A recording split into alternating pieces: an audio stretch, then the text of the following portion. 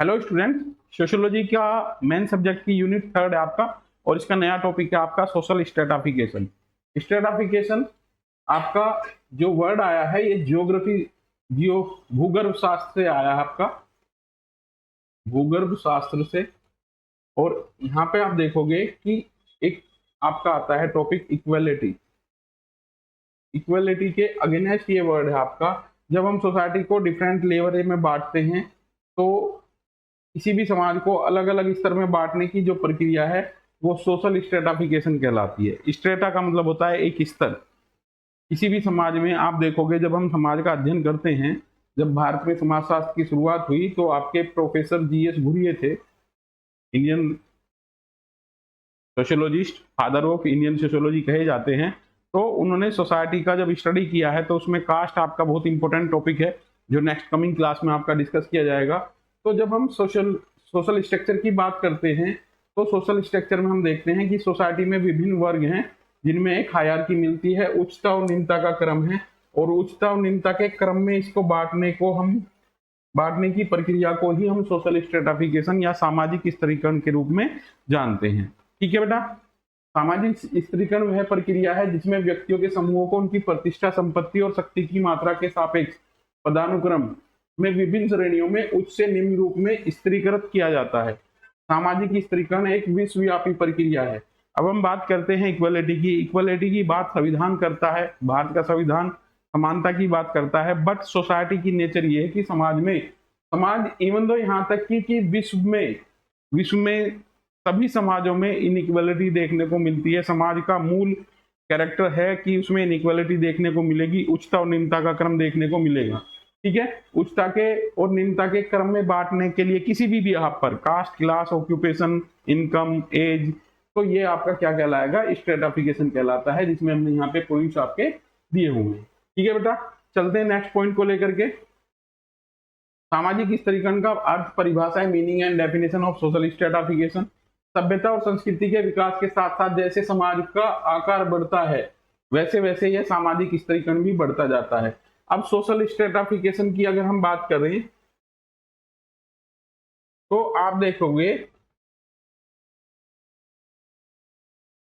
जब हम primitive society की बात करते हैं, प्रिमिटिव सोसाइटी जब आपका सोशल स्ट्रक्चर ज्यादा डेवलप नहीं हुई थी तो सब लोग लगभग इक्वल माने जाते थे। और यहाँ पे आपका कॉन्सेप्ट जो है प्रॉपर्टी को लेकर के, ये कॉन्सेप्ट आपका डेवलप नहीं हुआ था। तो रोटी, कपड़ा, इन चीजों को लेकर के ही ज्यादा बुनियादी आवश्यकताओं की पूर्ति पर फोकस किया जाता था। प्रिमिटिव या सिंपल सोसाइटी की हम बात करते हैं तो वहां इनइक्वालिटी कम देखने को मिलेगी। बट जैसे जैसे व्यक्ति विकास करता चला गया, डेवलपमेंट होता चला गया है, तो आप देखोगे विकास के साथ साथ समाज में असमानता देखने को मिलती है। असमानता देखने को मिलती है। जैसे जैसे विकास का प्रक्रिया बढ़ती गई वैसे सोसाइटी में आपकी असमानता देखने को मिलती है, और वो डिफरेंट बेसिस पे हम सोसाइटी को विभिन्न स्तरों में बांट सकते हैं। तो यहाँ पे यही चीज आपको दी है, समाज का आकार बढ़ता है वैसे वैसे सामाजिक स्तरीकरण भी बढ़ता है। समाज में पाई जाने वाली जाति व्यवस्था, वर्ग व्यवस्था, सामाजिक स्तरीकरण के दो अभिव्यक्ति हैं। अब सोशल स्ट्रेटाफिकेशन की जब हम बात करते हैं तो कास्ट सिस्टम और क्लास सिस्टम आपके दो मेजर एस्पेक्ट हैं सोसाइटी को डिफरेंट स्ट्रेटा में बांटने के लिए। और जब मैंने आपकी क्लास स्टार्ट की है तो इसमें प्रोफेसर जीएस घुरिये का हमने जिक्र किया है। प्रोफेसर जीएस घुरिये ने कास्ट सिस्टम की जो स्टडी की है इंडियन सोशल स्ट्रक्चर को लेकर के, तो कास्ट, जब आपके समाज की हम बात करते हैं तो सामाजिक संरचना में विभिन्न जो जातियां हैं वो उच्चता और निम्नता के क्रम में मिलती हैं। उच्चता और निम्नता का क्रम ही ये क्या कहलाता है? स्ट्रेटाफिकेशन कहलाता है। विभिन्न लेयर में बांटने की प्रक्रिया, समाज को विभिन्न लेयर में बांटने की प्रक्रिया सोशल स्ट्रेटाफिकेशन ये कहलाती है। ठीक है बेटा, चलते हैं इससे आगे। सोशल स्ट्रेटाफिकेशन के संदर्भ में विभिन्न समाजशास्त्रियों द्वारा अलग अलग परिभाषाएं दी गई हैं, और आपके जो कॉम्पिटिटिव एग्जाम आते हैं उनमें इन डेफिनेशन को लेकर के क्वेश्चन किए जाते हैं। ठीक है। पार्सन्स के अनुसार आप देखोगे यहाँ पे आपके विचारक है पार्सन्स, ये कहते हैं कि सामाजिक स्तरीकरण वह प्रक्रिया है जिसमें किसी सामाजिक व्यवस्था में व्यक्तियों को उच्च और निम्नता के क्रम में विन्यास विभाजन होता है। रेमंड मूर कहते हैं स्त्रीकरण उच्चतर और निम्नतर सामाजिक इकाइयों में समाज का क्षैतिज और समांतर विभाजन है। ह्यूमन के अनुसार सामाजिक स्त्रीकरण आवश्यक रूप से किसी सामाजिक समूह या समाज की ऐसी स्थितियों में स्त्रीकरण है जो शक्ति, संपत्ति, सामाजिक मूल्यांकन के अनुसार, यहाँ पे ये बेटा पॉइंट लिए, शक्ति, संपत्ति और सामाजिक मूल्यांकन के अनुसार दृष्टि से असमान हो। ठीक है, अब आप देखोगे कि अलग अलग थिंकर ने सोशल स्ट्रेटाफिकेशन के अलग अलग आधार बताए हैं और यहाँ से आपके विभिन्न कॉम्पिटिटिव एग्जाम में आपके क्वेश्चन सेलेक्ट होते हैं। बेटा इंपॉर्टेंट पॉइंट्स हैं आपके हैं। ठीक है, सामाजिक स्त्रीकरण के आधार क्या क्या हो सकते हैं, यहाँ पे उच्चता और निम्नता का क्रम किस आधार पे बांट सकते हैं, आपका लिंग, आयु, जाति, गोरे काले का और शारीरिक कुशलता के आधार पर यहाँ पे उच्चता और निम्नता के क्रम में बांट सकते हैं। ठीक है, अब आप देखोगे कि ट्राइबल सेक्टर में जब आपके विवाह या कोई सामाजिक समारोह होता था तो वहां पे प्रतियोगिता आयोजित होती थी। प्रतियोगिता में जो अच्छा प्रदर्शन करता है उसको सम्मानित किया जाता है और उसका जो दर्जा है, सामाजिक दर्जा, वो उच्च माना जाता है। ठीक है, और ये क्या होता है बेटा, ये प्राणी शास्त्रीय आधार पे हम यहाँ स्ट्रेटाफिकेशन कर रहे हैं सोशल स्ट्रक्चर को लेकर के, सोसाइटी के विभिन्न वर्गों को लेकर के। अर्जित में सामाजिक संस्कृति का आधार इसके अंतर्गत निम्नलिखित आधार है: प्रॉपर्टी, शिक्षा, व्यवसाय, धार्मिक ज्ञान, राजनीतिक शक्ति। ये भी आपके सोशल स्ट्रेटाफिकेशन के एक्वायर्ड क्या ट्रेट्स हैं जिसमें सोसाइटी को विभिन्न स्तरों में हम बांटते हैं। अभी आप देखोगे कि किसी के पास में अगर नॉलेज है तो सोसाइटी में उसकी पोजीशन उच्च होगी, और ये किसके आधार पर है, ज्ञान के आधार पर। तो आपके दो ये स्ट्रेटाफिकेशन के आधार में यहाँ डिवाइड किया है, प्राणी शास्त्रीय और सोशल में, अर्जित में। समाज शास्त्रियों द्वारा इस तरीके के आधार। अब यहाँ पे आप देखोगे कि कुछ हमारे समाजशास्त्रीय विचारक हैं जिन्होंने सोसाइटी का डिवीजन किया है। मोस्ट इंपोर्टेंट आपके थिंकर हैं कार्ल मार्क्स। कार्ल मार्क्स जब क्लास की बात करते हैं तो दो क्लास आपको देखने को मिलेंगी, हैव और हैव नॉट। पूंजीपति और सर्वहारा, ये इंपोर्टेंट है और इन पे को लेकर के पूरा कार्ल मार्क्स की थ्योरी आपकी है। मार्क्स ने आर्थिक समाज को दो वर्गों में पूंजीपति और सर्वहारा की बात की है। सोरोकिन और वेबर ने तीन आधार बताए हैं: राजनीतिक, आर्थिक और व्यवसायिक। जब स्ट्रेटाफिकेशन की आती है तो वेबर तीन आधार बताते हैं सोरोकिन के साथ सोसाइटी को बांटने के लिए। बट जब अकेले वेबर आते हैं तो पावर, प्रेस्टेज एंड प्रॉपर्टी की बात करते हैं, ट्रिपल पी की बात करते हैं। पार्सन्स ने 6 आधार बताए: नातेदारी संबंधी सदस्यता, व्यक्तिगत विशेषताएं, अर्जित उपलब्धियां, द्रव्य, सत्ता और शक्ति। ये भी आपका इंपोर्टेंट क्वेश्चन है। पार्सन्स ने जो आपके 6 आधार बताए स्ट्रेटाफिकेशन के। हॉलम्बस ने 3 आधार बताए हैं: शक्ति, प्रतिष्ठा और धन बताए हैं। इंकेल्स की बुक है what is sociology, important book है बेटा, व्हाट इज सोशियोलॉजी। समाजशास्त्र क्या है, एलेक्स इंकेल्स की बुक है।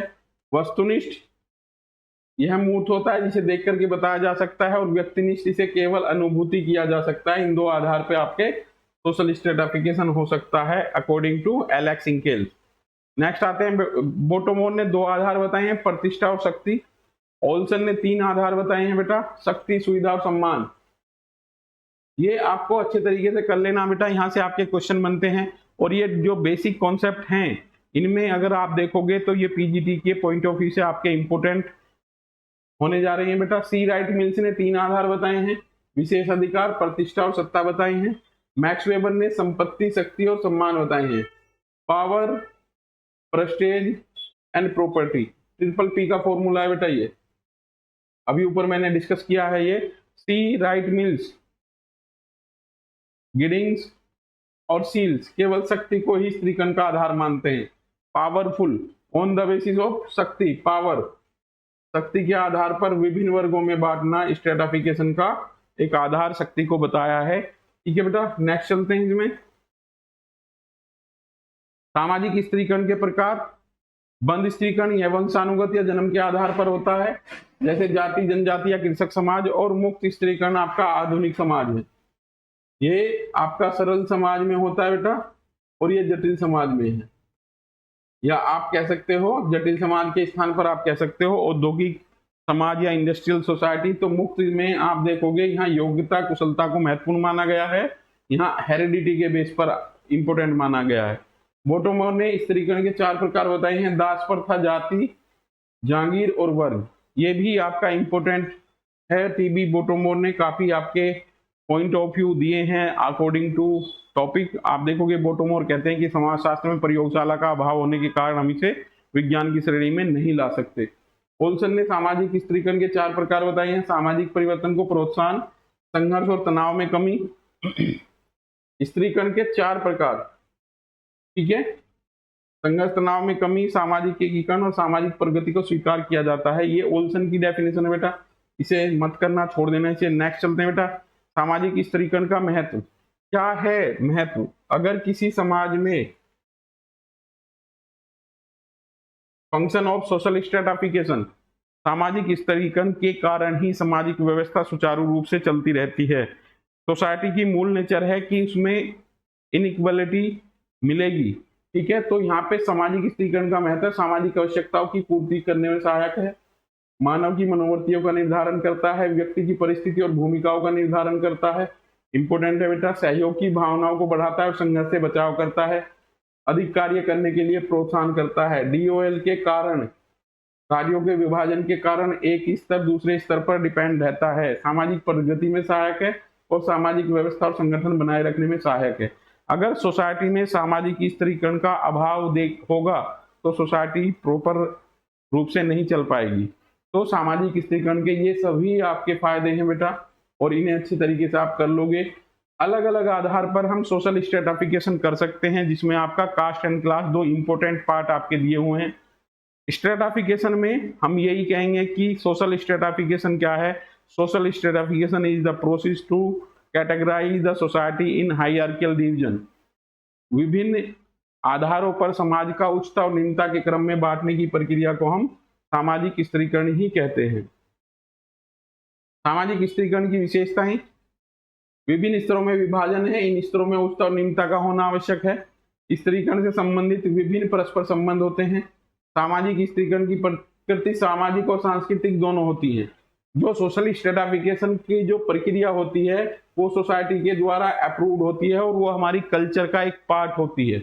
आप देखोगे सोसाइटी में जब स्ट्रेटिफिकेशन होता है, अगर किसी वर्ग विशेष को हम उच्च या जाति विशेष को उच्च मानते हैं, वो सोसाइटी के द्वारा अप्रूव्ड होती है।